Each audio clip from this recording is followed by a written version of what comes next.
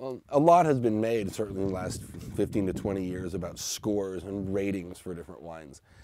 That has never been a big part of what Jordan does.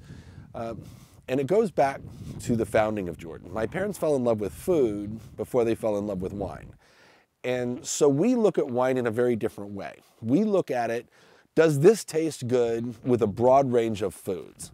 So our wines are tasted and tested prior to release and prior to final blending in the context of meals prepared by our chefs or by our winemaking staff at home. So our methodology, or the manner in which we evaluate wines, has been contextual.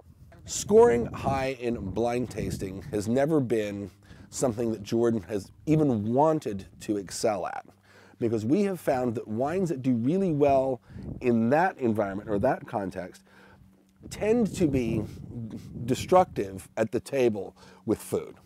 You don't always have to have a great score to be effective at selling wine.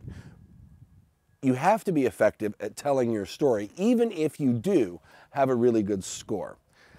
In the case of Jordan, our story is we look at the pleasures of the table as a concert, and the wine being one participant, not necessarily even the dominant participant in the pleasures of the table.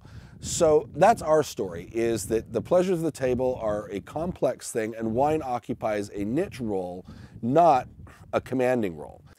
And how we tell that story is by virtue of our experience here at the winery. Whether it's a dinner or a tour and tasting with a food pairing, we want you to taste the wine in the context of food. Because when you have it in the context of food, it speaks for itself. You saw the trend from balance and elegance in the 70s and 80s turned into high alcohol, big time extraction, and now it's starting to swing back the other way to where balanced wines that are compatible and respectful of a broad range of foods are once again coming into fashion.